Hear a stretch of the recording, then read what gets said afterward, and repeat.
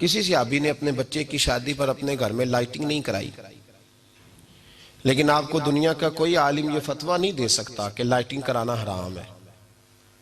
आप शादी के मौके पे सारी गली सजा लो, आप सारी छतों पे लाइटिंग करा लो, कोई आदमी ये आपको फतवा नहीं दे सकता कि शादी के मौके पर लाइटिंग कराना जायज नहीं।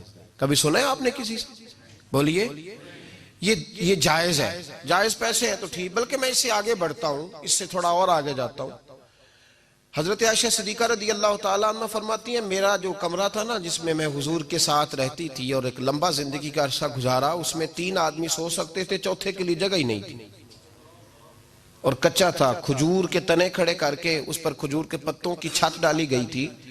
मैं जब हाथ उठाती थी तो मेरा हाथ अपनी छत को छू जाता था। ये है सुन्नत नबी पाक की, ये हुजूर का तरीका है।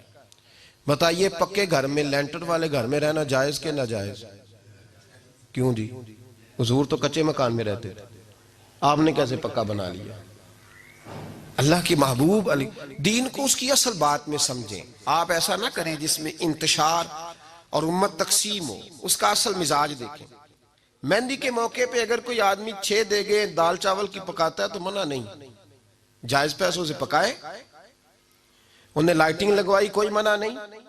सारे मोहल्ले को खाना खिलाया, कोई मना नहीं। बल्कि नबी पाक ने फरमाया बेहतरीन मुसलमान ही वो है जो सलाम पहले ले और रोटी ज्यादा खिलाए, तो बेहतरीन मुसलमान है। नाजायज क्या है? नाजायज है शादी के मौके पर बैंड बाजा बजाना, उसमें रक्स करना, उसमें भंगड़े डालना, औरतों मर्दों का इख्तलात होना, औरतों की मूवी बनाना, ये चीजें नाजायज है। तो जो नाजायज है उस पर पाबंदी लगाई जाएगी। जो जायज है उसके बारे में ये कहा जाएगा कि भाई एहतियात की जाए, सुन्नत की तरफ देखा जाए तो बेहतर यही है। लेकिन अगर कोई किसी आदमी के पास जायज पैसे हों, वो 100 कनाल के घर में रहे, अगरचे सुन्नत ये नहीं, पर ये तो कोई फतवा नहीं ना दे सकता कि हराम है तेरा 100 कनाल के घर में रहना। क्या है फतवा कहीं आपने सुना? तो हमारे यहाँ तकलीफ का मामला ये है। देखे मेरे भाई, किसी भी सहाबी ने, बड़े दर्द के साथ बात कर रहा हूं और ये मेरा दर्द है, मैं दर्द से अपने दिल को, अपने ईमान को हाजिर नाजिर कह के बात कर रहा हूं। उम्मत बट जाती है हर मौके पे यार, हर जगह ही तकसीम हो रही है उम्मत मुस्लिमा। हर रोज कुछ ना कुछ फतवे ऐसे मिल जाते हैं जिसमें दरारें पड़ती हैं।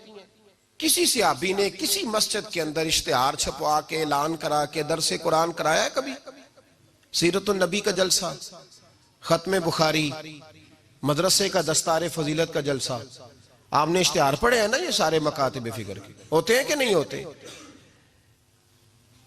किसी सहाबी ने इस तरह, वो तो रोज दरसे कुरान देते थे, लेकिन इस तरह इश्तिहार छपवा के, पोस्टर लगा के, और मिस्र से किसी सहाबी को स्पेशल बुलवा के या यमन से बुलवा के मस्जिद के अंदर कभी दरसे कुरान के इज्तिमात कराए, सीरतुन नबी के जलसे, खत्म बुखारी के? ओ भाई, ये सारी चीजें हुजूर के सहाबा की सुन्नत से मुरवजा अंदाज में साबित नहीं। मुझे बता मेरे भाई, मैं दर्द के साथ तुझसे सवाल करता हूं कि सीरतुन नबी के जलसे में तू पेशावर से मौलाना बुलाए, पिंडी से बुलाए, तू गुजरात और कराची से लोगों को बुला करके अगर सीरत का जलसा कराए और तू उसमें एक आदमी को कराची से बुलवाया जा रहा है तो तूने उसको 20,000 की टिकट भी दी और इश्तिहार पे भी जलसे पे खर्च हुआ, फिर लंगर भी पका, खाना भी तूने खिलाया, ना तुझे कोई बेवा याद आई, ना तुझे कोई मिस्कीन याद आया, ना तुझे कोई गरीब याद आया।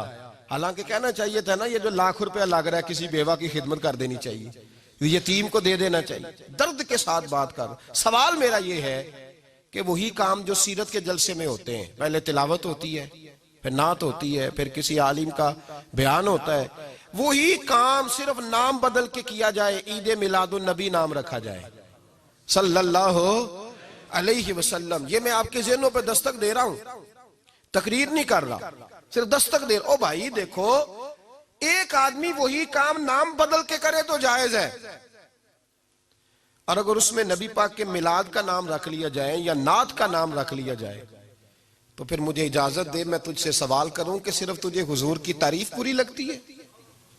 फिर मुझे इजाजत दे कि मैं तुझसे पूछूं कि सिर्फ तुझे नात अच्छी नहीं लगती? फिर मुझे इजाजत दे कि मैं तुझसे पूछूं कि तुझे सिर्फ रसूलुल्लाह के कसीदे अच्छे नहीं लगते?